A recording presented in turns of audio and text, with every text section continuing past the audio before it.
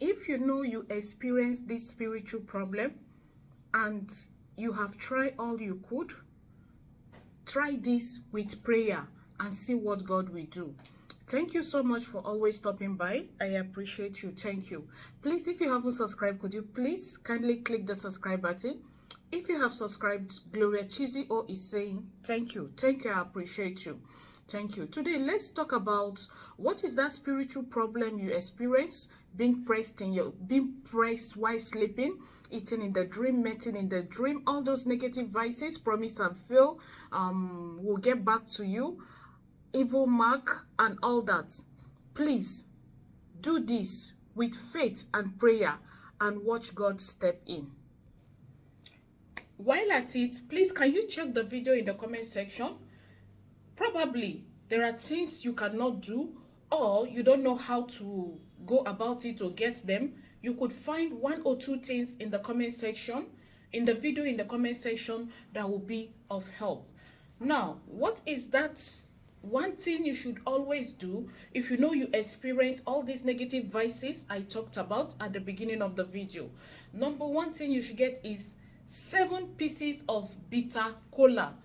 Please, in case you're watching me from another country, you can Google what bitter cola is in order to know what it looks like. Then you get some quantity of fertility leaf. Fertility leaf, it's known as ogilisi. The Yorubas call it ewe akoko in my country, and the Hausas call it, sorry, I don't know. But it is basically known as fertility leaf. When you Google fertility leaf, to be able to know what it looks like, when you get some quantity of fertility leaf, put it in your pot, and 7 seeds of this bitter cola, add it in your pot. Now you pray over this mixture. Remember, nature is God's blessings to mankind, right? But this is not to be replaced with God or prayer. While at this, you can pray with some psalms. God has created some of these natural things for our own use. Adding your 7 seed of bitter cola in the pot, pray over it and ask God to use it. Mention that which you don't want to see in your life, all the negative vices you do not want to see anymore. Mention it and ask God that as you use this, may it remove evil, negative energy, this, that, you understand? Bring it to a boil for like 10-15 minutes, depending on the quantity of water you have in there. When it has boiled, put it down, extract the water, and pour it in your bucket. Now, you can decide to go ahead and add some water to it, but preferably if you can wait for it to cool down, you don't need any water.